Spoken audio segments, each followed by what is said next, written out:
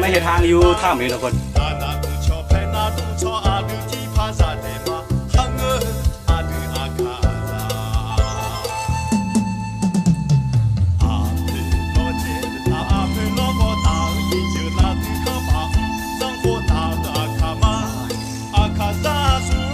กล่าวทักทายสบายดีทุกคนที่กำลังติดตามมักชมเนาะยินดีต้อนรับเข้าสู่ซองอาคาน้อยกลับมาอีกแล้วพี่น้องเลยหลังจากที่ห่างหายไปนานนะครับบุเดเข้ามาป่านานเลยแหละเป็น2-3 อาทิตย์นอนมีแต่เมากับการเดินทางอยู่ตลอดเวลาเพราะว่าค่อนข้างมีเวียกเลยทีเดียวเนาะมีงานนั่นแหละตอนนี้เรากลับมาแล้วตอนนี้เราอยู่ที่นี่ทั้งหลังจะเป็นถ้ำเนาะเรามาบุกอาณาจักรของโตเจียหรือว่าโตข้างคาวเนาะข้างคาวตามภาษาไทยเนาะมันเป็นอาณาจักรของอันข้างคาวเลยแหละเพราะว่าในของเคสนี่เนาะในถ้ำอันนี้เนาะมันจะมีอันโตเจียหรือว่าโตข้างคาวเนาะอยู่เต็มไปหมดแล้วเขาจะพาท่านผู้ชมทั้งหลายเนาะเข้าไปชมน้ำกันเบื้องว่ามันจะเป็นได้ไงเนาะตรงนี้เดี๋ยวอันทั้งหลังที่เห็นเนี่ยก็มีอยู่เนาะแต่ว่าสำหรับงูนี่มันค่อนข้างจะน้อยทีเดียวเขาบ่สามารถเข้าไปได้แต่ว่าเขาจะหาทางเนาะหรือว่าจะไปทางอื่นเนาะเข้าไปเบิ้งทุกคน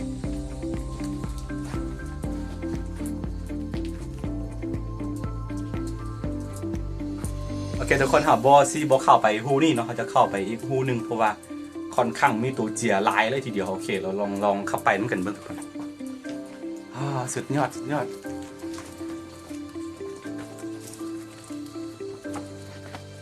นอกจากที่เขาจะสำรวจเบิงอันตัวค้างคาวแล้วก็เขาจะสำรวจไปรอบๆว่าจะมีตัวงูบอตัวไม่ยังสิ่งที่มีชีวิตในอยู่ในถ้ำนี้เนาะ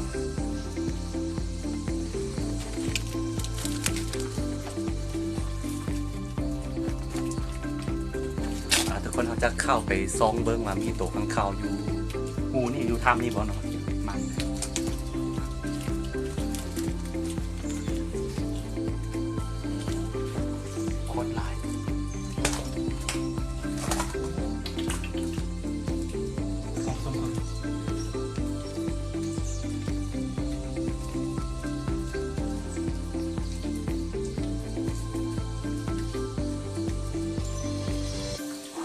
สุดยอดนี่หลาสุด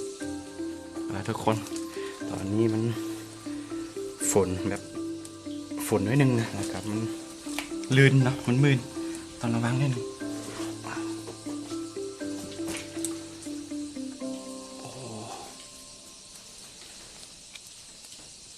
เดี๋ยวจะซูมให้ทุกคนได้เบิ่งกัน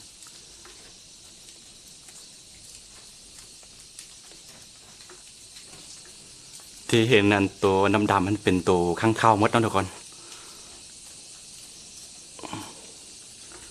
มันค่อนข้างไกล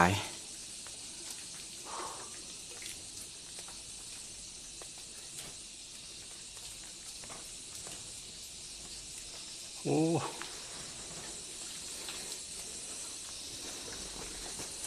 นี่แหละเป็นอาณาจักรของข้างคาวทุกคนเต็มเลยโอ้สุดยอดโอ้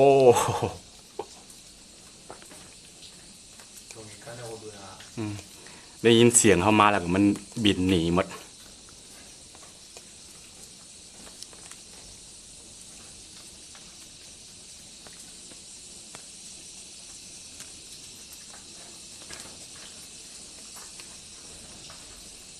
โอ้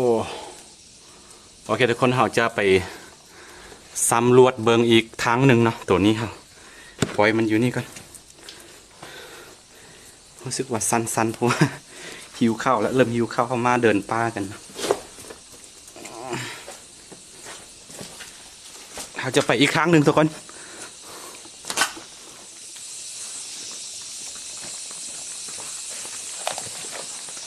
นี่เราทุกคนเห่าไปเดินป่ามานะไปเดินป่ามาอะไรกันของอยู่นี่แหละเพราะว่าเดี๋ยวจะทำอาหารอยู่นี่กินเนาะเห็นนั้นทุกคนเห็นงูล็อกคาบแล้วนี่เห็นบอกยวนตะกองซุ่มเข้าไปนี่เนาะเห็นปะโอเคมันคืองูลำบูหัวงูชนิดใดแต่ว่ามันขึ้นไปล็อกคาบยวนอยู่เทิงกันอยู่บนนั้นตาข้ามมันเนาะทุกคนนั่นแหละเป็นวัฏจักรของงูเนาะโอเคทุกคนตามมา เวลาเข้าถ้ำช่วงฤดูฝนแบบนี้ต้องระมัดระวังเรื่องกันมันสิเอาพลาดล่มได้หรือว่ามันจะมีงูมาอย่างเนาะต้องระวังนิดนึง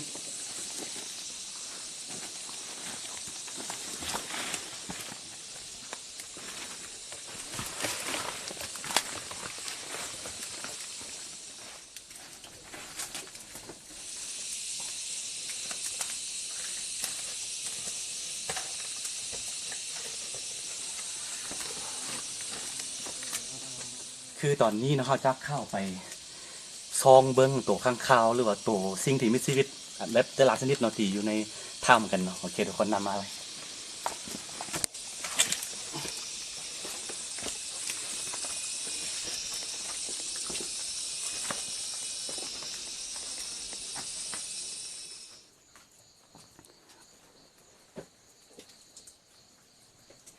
โอเคทุกคนตอนนี้เราสีเข้าไปแล้วเนาะสีเข้าไปในถ้ำด้วยเนาะเอาบ่อแห้งเดี๋ยวมันสิหนีมันโอ้ยทุกคนโอ้ยเห็นบ่โอ้ย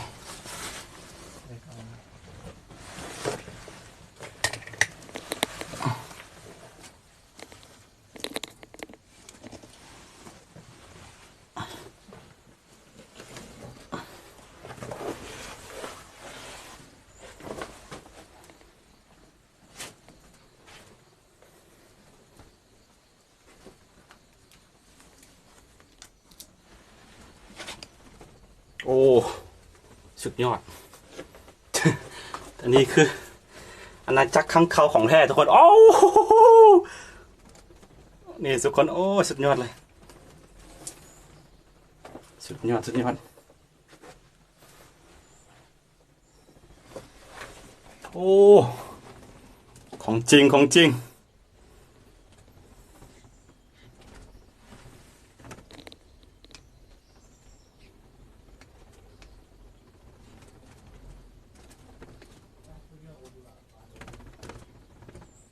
นี่มันคือนั่นที่เห็นเนาะเป็นหูของมันทุกคน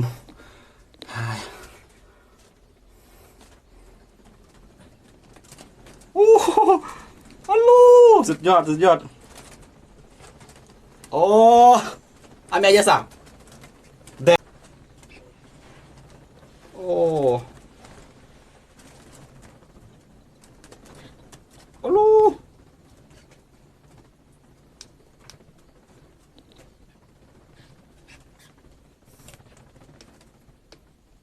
言ってたやつマシワニだ。อืมอ๋อสุดยอดเลย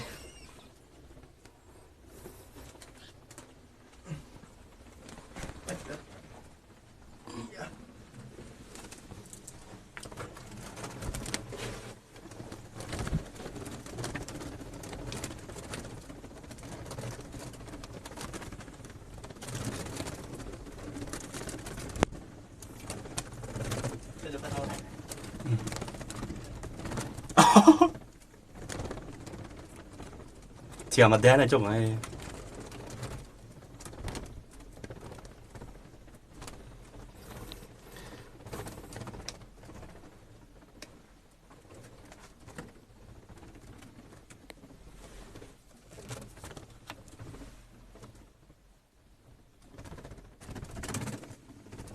โอ้ทุกคน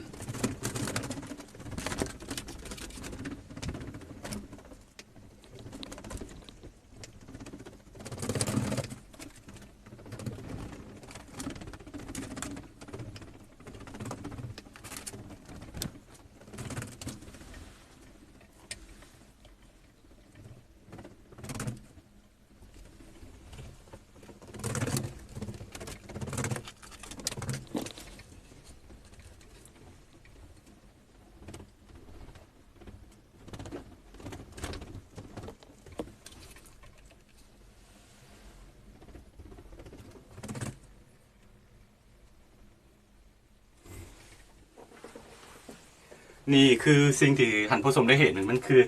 อาณาจักรของค้างคาวนะทุกคนเนาะคือหลายคนในอันปี2020นี่หรือว่า2020นี้เนาะคือโรคกำลังระบาดแล้วก็คือโควิดนั่นแหละหลายคนก็สงสัยหรือว่านักวิทยาศาสตร์หลายคนหลายประเทศก็วิจัยมาว่า เสื้อตัวแบคทีเรียหรือว่าเสื้อตัวโควิดเนาะมันเกิดมาจากตัวค้างคาวนี้เนาะแต่ว่าอันนี้ก็ยังบ่มีกันตัวยืนยันยังแบบ100%ว่ามันเกิดมาจากตัวนี้บ่เนาะซึ่งค่อยคิดว่าเนาะสำหรับตัวเจียหรือว่าตัวค้างคาวนี้เนาะบ่สามารถแบบติดต่อได้แบบโดยแบบนี้นะมันจะติดได้ก็มาต่อเมื่อน่าจะเว้าไปรวมๆก็คือโควิด19หรือว่าโคโรนานี่มันเกิดมาจากสีมือของมนุษย์นะค่อยเชื่อแบบนี้เนาะเพราะว่าเขาน่าจะเอาอันตัวเสื้อแบคทีเรียหรือว่าตัวไวรัสตัวที่อยู่ในตัวค้างคาวนี้เนาะแล้วก็เอาไปกลายเป็นพยาธิไปผลิตเป็นพยาธิสายพันธุ์หนึ่งเนาะอย่างที่ฮู้กันคือโควิด19นั่นน่ะเนาะถ้าแบบมันจะติดแปะจะติดแบบจะติดกับคนโดยกงนะ สิว่าจังได๋วะจะติดกับคนโดยกงจากอันตัวค้างคาวนี่มาสู่คนอย่างนี้น่าจะเป็นไปบ่ได้เนาะแต่ก็เฮาก็บ่ประมาทกันเพราะว่าบ่มีสิ่งใดยืนยันหรือว่าแน่นอนว่ามันสิบ่ติดได้อะนะเฮาต้องระมัดระวังนิดนึงเนาะโอเคอยู่ในปากในถ้ำแบบนี้เพราะว่ามันจะมีเชื้อแบคทีเรียมีอย่างหลายอยู่แล้วทุกคนโอเคทุกคนเอาไปเบิ่งอีกครั้งนึง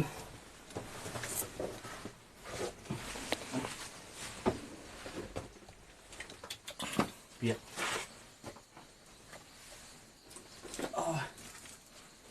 อย่ายั่วซะเอาละทุกคนตอนนี้เราก็ขึ้นมาอีกครั้งหนึ่งเนาะนี่เป็นอีกหูหนึ่ง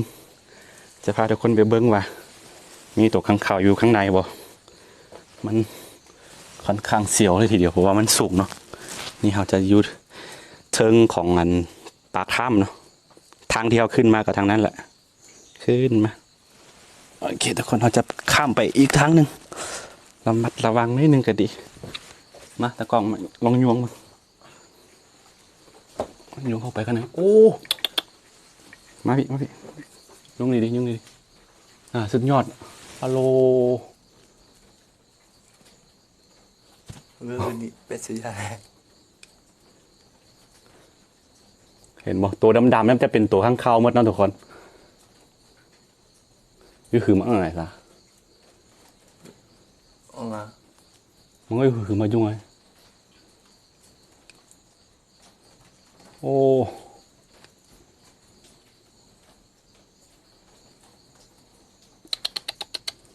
สุดยอดเลย Đừng làm bé gì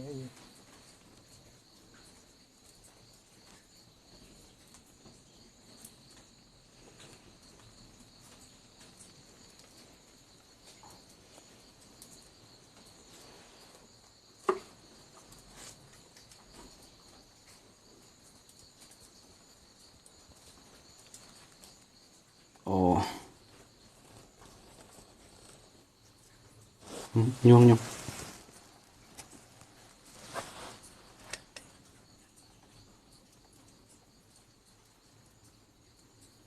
โอ้สำหรับถ้ำตัวนี้เรายังบ่มีซื้อถ้ำเถอะเดี๋ยวอนาคตสิตั้งว่าถ้ำอาค่าน้อยกับบ่จักเพราะว่ามักมาตลอดทุกคน โอเคทุกคนตอนนี้เราจะลงไปด้านล่างเว้าติดคักๆจ้ะ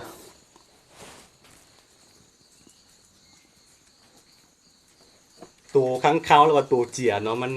เสียงมันทรงเสียงสนั่นปานว่ามีหางผึ่งอยู่ในเลยเนาะโอเคทุกคนตอนนี้เราสิลงไปด้านล่างก่อนสิไปหาอาหารกินเพราะว่าโอ้มาแต่ตอนเช้าเนาะมาโลปานนะก็เลยมาแวะเข้ามาเบิ่งโอเคทุกคนเราเจอกันด้านหลัง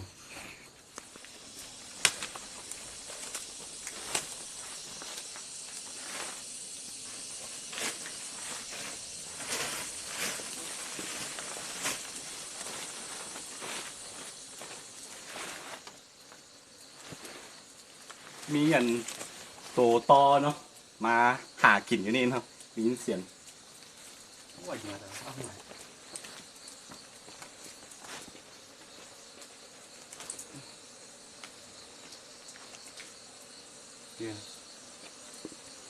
Biến như mà ngày Biến như mà ngày โอ้บ่แม่นลืมบ่แม่นตัวตอเนาะมันคือพึ่งเนาะพึ่งไม่ใช่ทางอยู่ในถ้ำนี่ทุกคนนี่โอ้ตะกล้องลองซูมเข้าไปเบิ่งดูไปยงว่ามันไม่ใช่ทางอยู่ถ้ำนี่ทุกคน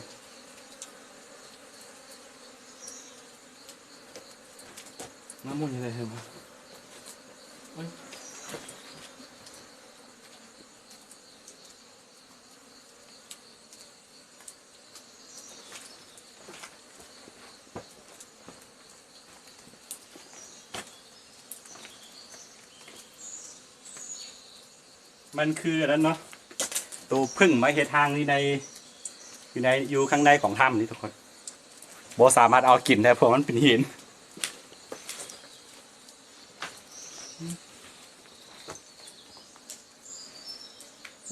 ง่วง จังอะไร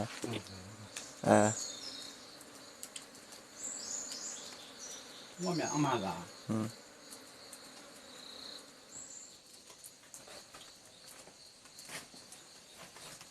ทางพึ่งโอเคทุกคนสำหรับคลิปนี้กะซิมีประมาณนี้เนาะกันผู้ใดมักก็อย่าลืมกดไลค์กดติดตามซองอาคาน้อยแล้วก็ขอเนาะผู้ใดเข้ามาใหม่ก็อย่าลืมกดติดตามเนาะบ่ต้องเบิ่งฟรีเนาะแลกกันเนาะค่อยๆสิสร้างสรรค์ผลงานดีๆให้ท่านผู้ชมได้เบิ่งกันแล้วก็แลกกับท่านผู้ชมเข้ามาเบิ่งแล้วก็ติดตามให้ค่อยเนาะโอเคซิมีประมาณนี้เนาะแล้วก็เจอกันใหม่ในคลิปหน้าทุกคนสบายดี